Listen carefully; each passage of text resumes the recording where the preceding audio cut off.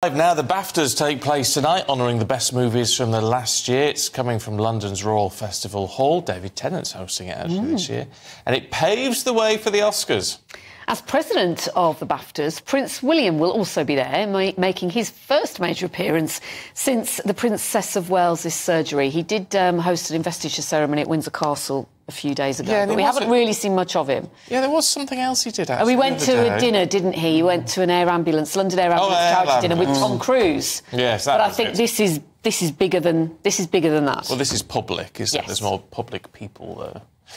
Stephanie Tetchy's got all the details. Good morning. Good morning. Well, actually, sort of feeling very BAFTA-ish. Oh, because we watched Saltburn last night. Yes, which is up for Outstanding British Film of the Year. It's quite something. It is definitely something. It's directed by Emerald Fennell. It got snubbed by the Oscars, didn't get any awards for that, but the BAFTAs is all about celebrating British film, so I think it's going to do really well tonight. And she is, if people maybe haven't heard much of her, but she was in The Crown. Yes. Playing Princess Anne, I think it was. No, it wasn't Anne. Camilla, a young Camilla. Yeah, she was playing a young Camilla. And she's a director, though. She is a fantastic director. She's also directed the previous film, A Promising Young Woman, and she done well at the Oscars last year. But this year, I think it'll be all about her and the BAFTAs. But the big film I think people are going to be talking about is Oppenheimer. Oh. It's that 3-hour biopic about the creator of the atomic bomb, J.R. Oppenheimer. It's directed by Christopher Nolan.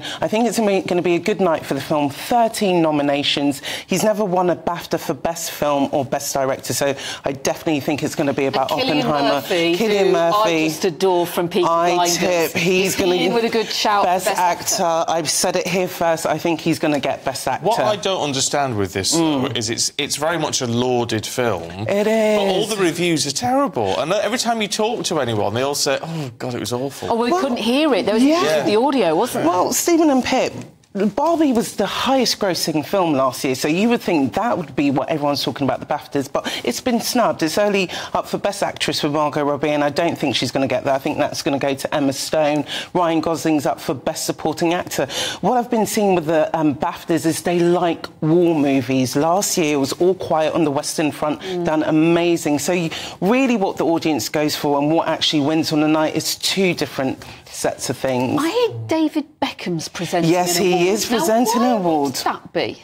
Because the BAFTAs like to get the famous faces up on stage, a bit of entertainment, it gets people talking. So most of Hollywood's in town, and we are going to get a few famous faces from London as well who are going to be presenting awards.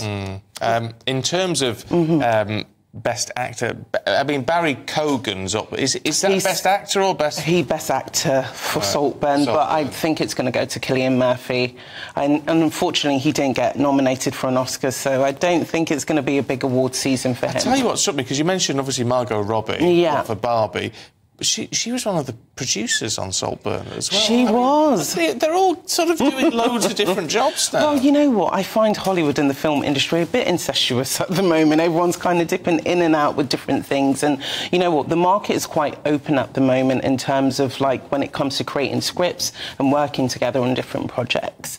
I do feel like this might be the last BAFTAs we actually see gendered categories. So for the top 4 categories, Best Actor, Best Actress and Supporting Actress and Supporting Actor, they get to pick whether they want to have that on the actual gong. So if they see themselves as gender neutral, they can have that put on the gong instead. So, and are the Oscars going that way as well? They are. They are. I think the whole traditional Best Female, Best Male, it's becoming highly politicised in the film industry, which is a shame, because what we find is when they do go gender neutral, women are the one who tend to suffer. So. All right. What about, because there's 9 nominations for Killers of the Flower Moon. Yes, that's Martin Scorsese's movie, which done amazing at the Cannes Film Festival.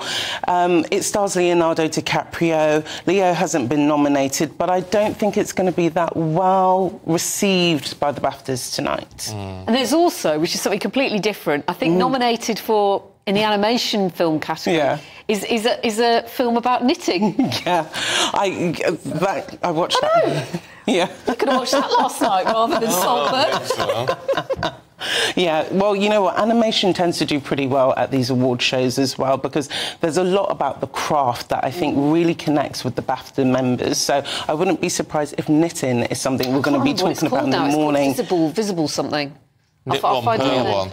And quickly, does David Tennant's hosting, which is something new for him? Yeah, he's taking over from Alison Hammond and Richard E. Grant last year.